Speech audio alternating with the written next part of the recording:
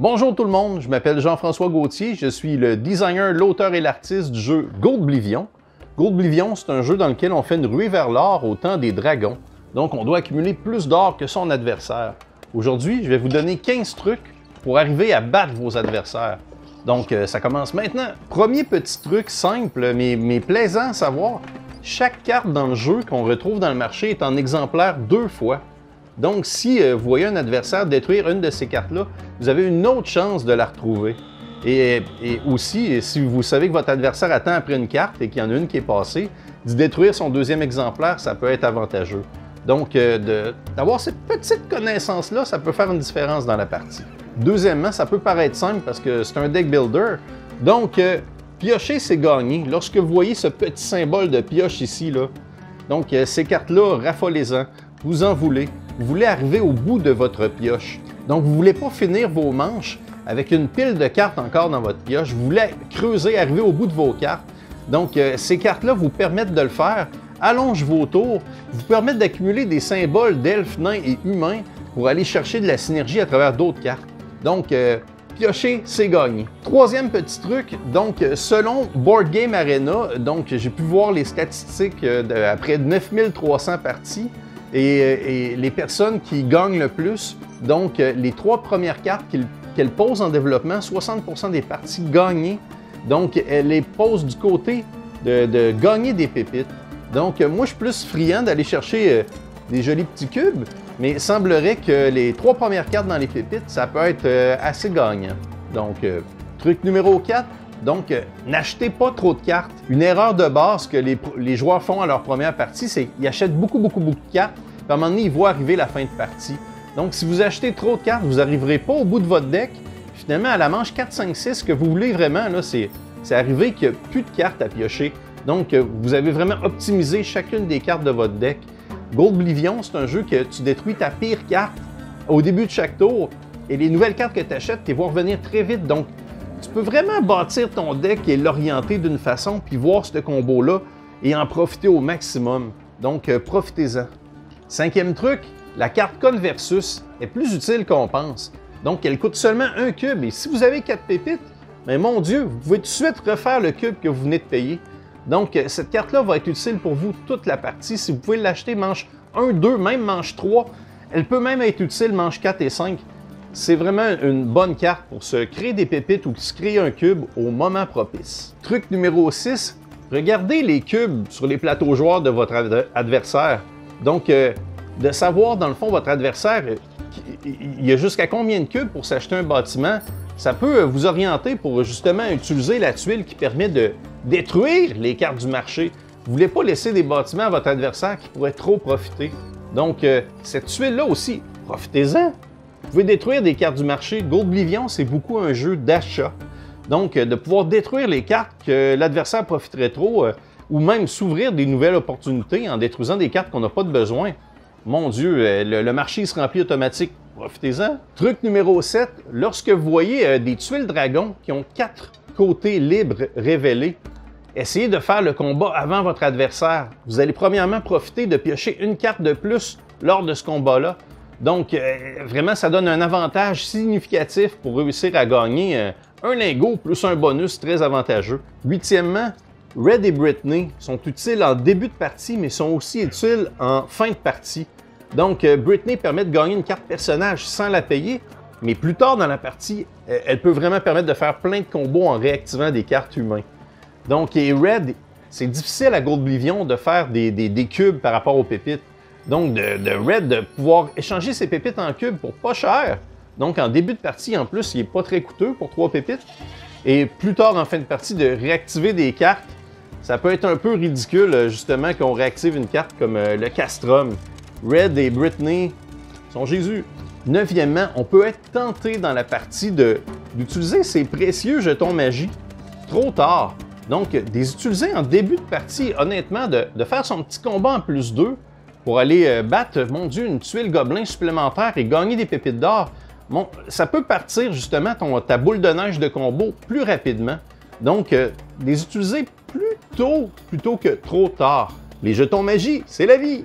En début de partie, lorsque vous voyez la carte Axel ou Bandit dans le marché des cartes de combat, Donc, sérieusement, si vous voulez y aller combat en plus, allez-y. Parce que ces cartes-là, même si vous perdez vos combats, vous allez quand même...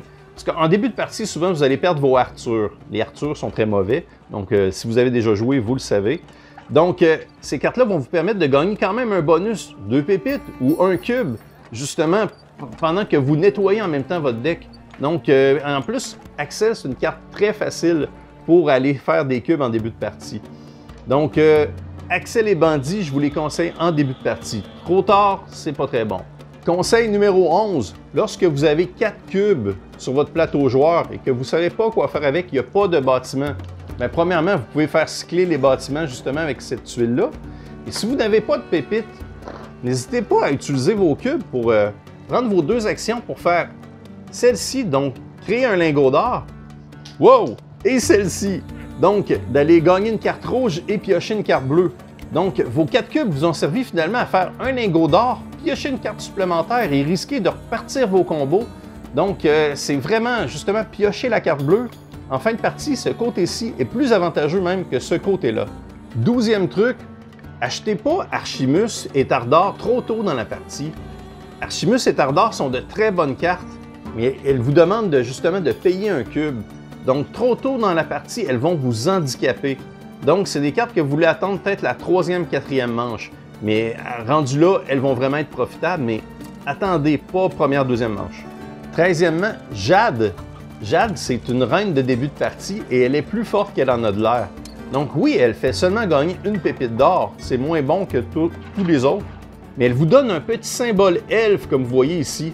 Et tout le monde commence la partie avec 2 cartes Naya qui vous permettent de gagner une pépite par symbole elfe. C'est pas long qu'elle vous devient très avantageuse. Et si vous achetez le moindrement un seul elfe, eh bien là, ça peut faire boule de neige très très vite et vous allez avoir des pépites pour acheter tout ce que vous voulez pour le reste de la partie. Donc Jade, ça marche. 14e truc, n'achetez pas la carte Harmonie trop tard dans la partie. Donc Harmonie est super bonne pour se faire une armée en début de partie. Elle permet de gagner 2 cartes combat.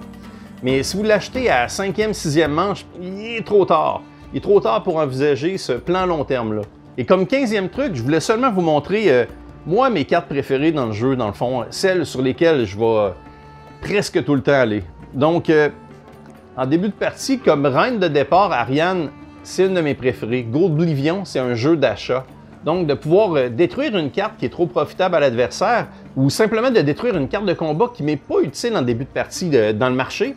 Donc, et de pouvoir m'ouvrir d'autres éventails de possibilités. Donc, la carte Ariane, c'est bonbon contre l'adversaire et pour moi. La carte Picassol, donc si vous la voyez, sérieusement, sautez dessus.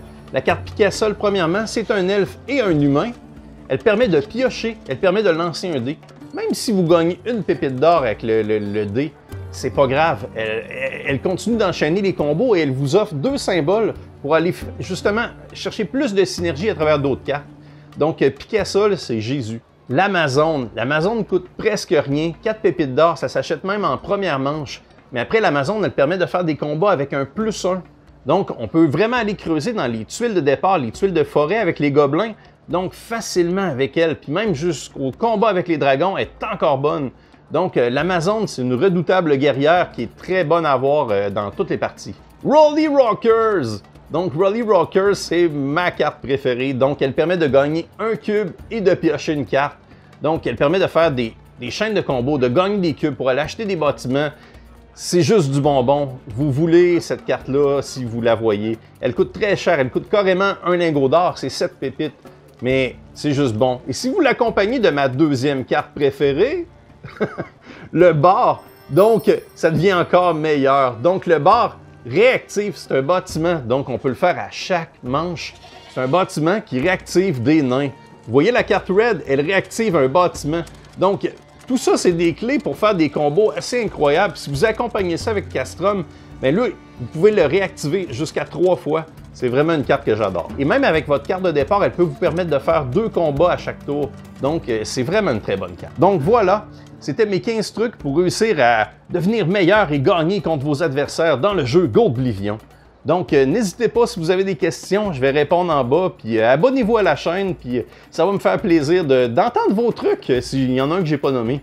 Donc, au revoir!